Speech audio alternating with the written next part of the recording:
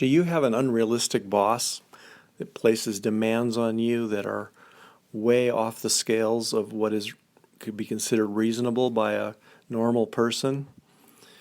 Does your boss like to take the credit and spin everything that happens as being his or her accomplishments, but whenever there's blame to go around, they won't take any of it, but put it more your way? Well, there's all sorts of different kinds of unrealistic bosses, but today we're going to be looking at the narcissistic boss, and specifically how a narcissistic boss can cause stress and burnout.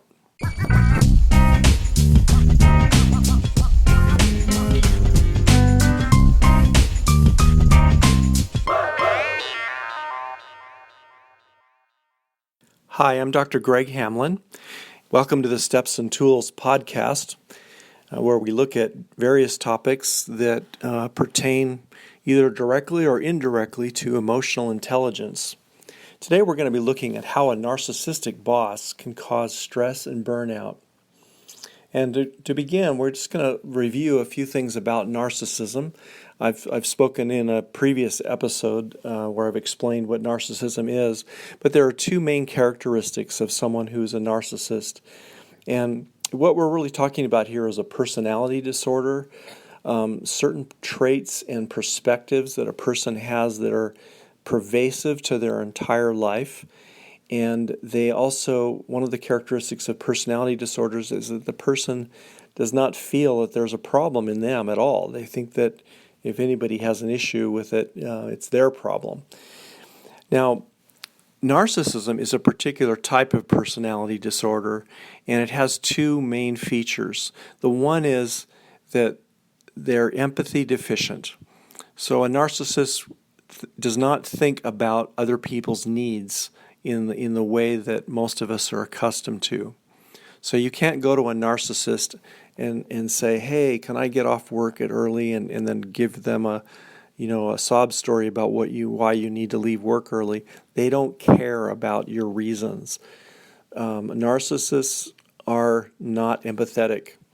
It's not that they necessarily want to be mean. They just don't have other people's needs on their radar. They just don't factor in.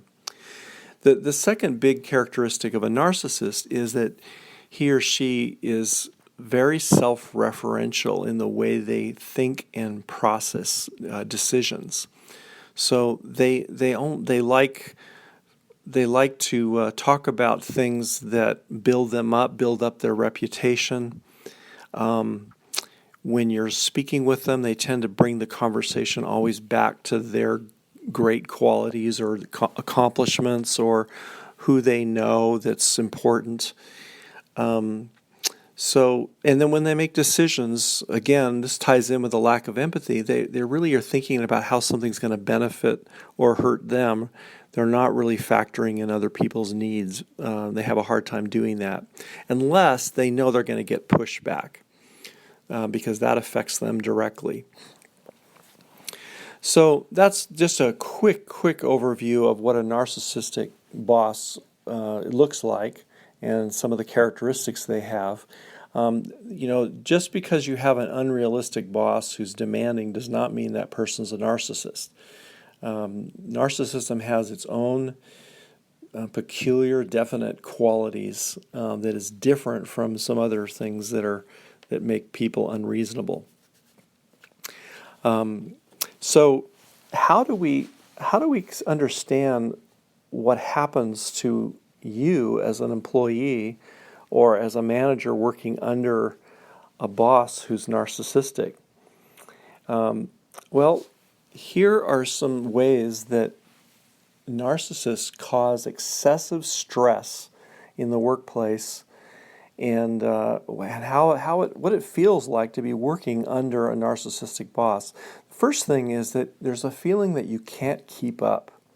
Because they don't have empathy for your life or what your needs are, they usually have lots and lots of demands. More demands on your time, more demands that just to have you squeeze as much as they possibly can out of you. And so that leaves you with a feeling of being inadequate because you can't keep up. The demands are unreasonable. And that just kind of creates a negative feeling over your job when you feel like you can't keep up. But here's the interesting thing is that if you have a family or you have someone you live with or your friends, you can become very resentful of their demands on you, even though their demands may be quite reasonable. But because you're tapped out by your boss and you feel like you're being squeezed dry by the demands of your boss, then when people in your personal life make simple demands on you, everyday kinds of expectations for you, you can feel resentful because you're at your wit's end and you're way over the edge on being over your limits. So that's one way that the stress spills over to you and then to the people around you. A second way that a narcissistic boss can cause excessive stress in your life is that they tend to make you feel discouraged, cynical, and underappreciated. So, for example, let's say you work hard, you come in on weekends and you work hard on a project, and there's an accomplishment. A good manager, a good boss would spread the glory around and talk about it as our accomplishment, because that's what it is. But a narcissistic boss will tend to want to take all the credit for themselves, and they just don't really get that whole thing about the team and letting the team feel the satisfaction of what they did. So so instead of deriving satisfaction from the good things that happen, you constantly feel like you're underappreciated, and then you feel like you're working harder and harder, and nothing is ever good enough. Your boss is critical of things that you think they should overlook, and yet they don't recognize the positive things that you do. And the criticism is really quite typical for a narcissist. And again, someone can be an unreasonable boss and critical. That does not make them a narcissist. But if you do have a narcissistic boss, you will probably find that they are very critical, and you get so much criticism from them that your cup is full. And you feel like you just can't take more criticism because your boss keeps it full. Now, this translates into stress for your family or at home and in your personal life, because people that know you personally, whether they're friends or family, they may say something that feels slightly like a criticism, and it might be pretty benign in what they're saying and may not be anything really heavy, but you may find yourself overreacting because your cup is full. Your cup of criticism is full, and one comment from your spouse or your girlfriend or your boyfriend or your kids even or friends, and makes you just over the edge, and now your cup overflows and you're overreacting. Now, a third way that a narcissistic boss can cause excessive stress is that the whole syndrome begins to make your family and those that you love resent your job. And because your job takes you away for long hours, and when you are around, you're wiped out and you're kind of a zombie, you're burnout. And so your family begins to resent your job. And what's interesting about this, when this happens, is that usually we tend to feel resentful that our family and our friends don't appreciate our hard work. So they just see the negative effects on us and they resent that, but they feel like they're getting the leftovers, the dregs of your life and your energy. And when they say something about that, it's easy to feel really upset about it because you feel like you're not appreciated by them either. And again, that just gets magnified because your boss doesn't appreciate you, and so now you feel like no one appreciates you. A fourth way that that a narcissistic boss can bring excessive stress is that the usual interactions in the workplace, like emails, meetings, conversations, they all become unpleasant because there's no encouragement. You just so rarely get positive strokes for things, and everything is about, you got to do more, you got to work harder, you got to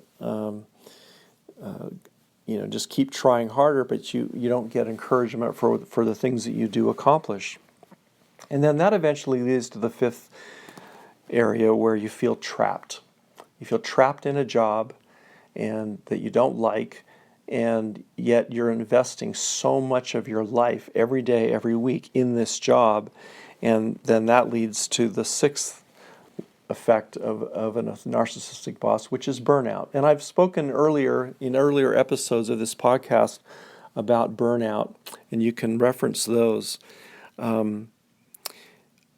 But burnout is really hard on not only you, but it's hard on the people around you because, again, they feel like your life outside of work is not, you're not happy, if you're not sleeping, you're just feeling tired and kind of wiped out and grumpy. And so they're getting the worst of you. So these are just some ways that a narcissistic boss can cause excessive stress, and it can lead to burnout. Now let's talk for a minute in closing about what do you do to protect yourself if you're in this situation. Well, number one, you need to make sure you're not projecting something onto your boss that isn't there. So for example, you may be the one that isn't doing your part. That's possible.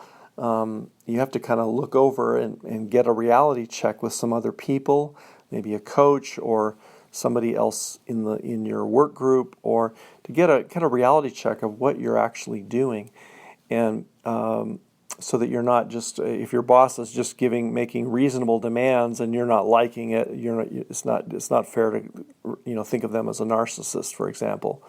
But once you've done that due diligence and you realize, I am really being exploited here, and it's because my boss just cannot see anybody else's needs, or she cannot see anybody else's needs. So what you want to do to protect yourself is you need to learn to set boundaries in a new way. And by a new way, I mean you need to learn to be clear about your needs, but in a way that makes it clear that by meeting your needs, you're promoting the boss's agenda and their cause.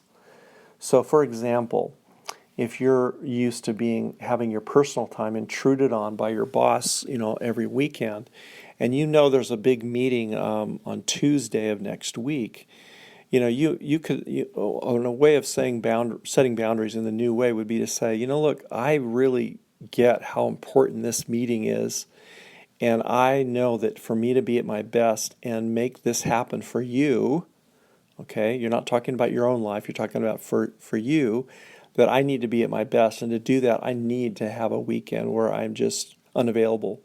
So I'm just going to be checking my phone, once a day to see if there's any big SOS call or from you, but other than that, I'm going to try to rest up and be ready for this meeting.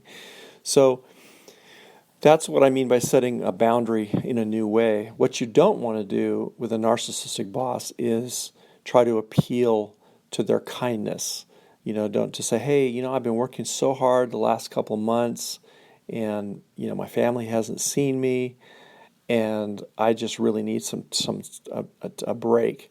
When you talk in that vein, a narcissist does not even hear it. Doesn't hear what normal, regular people hear when you talk about your needs.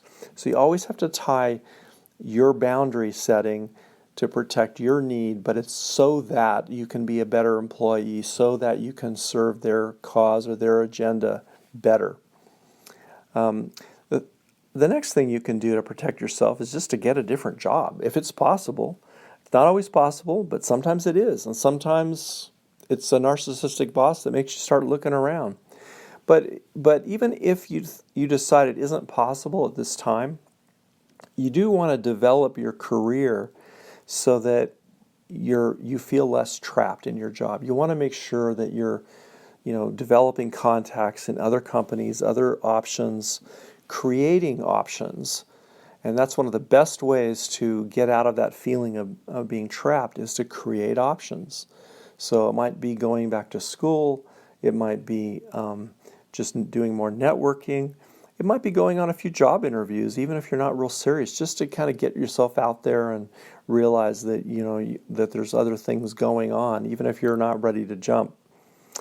Another thing you can do to protect yourself is to empathize with your family and friends and the people around you that you see in your personal life, and acknowledge to them that they're getting somewhat of a raw deal here because of how much the job is just taking your lifeblood out of you.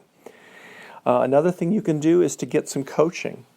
If you get some coaching, a lot of times they can help you with the specifics of your situation and help you find some creative ways to set boundaries and how to work with a narcissistic boss so that you don't get burnt out. And then finally, another way to protect yourself is just to make sure you do understand burnout, how it works, what causes it, so that you can have a good sniffer for sniffing out things that are going to push you in that direction, and look for ways to counterbalance them. And I have in previous episodes talked about burnout, so you can reference those. Anyway, I hope this helps you understand. If you have a narcissistic boss, it'll be particularly meaningful to you. Thanks for listening. I'm Dr. Greg Hamlin.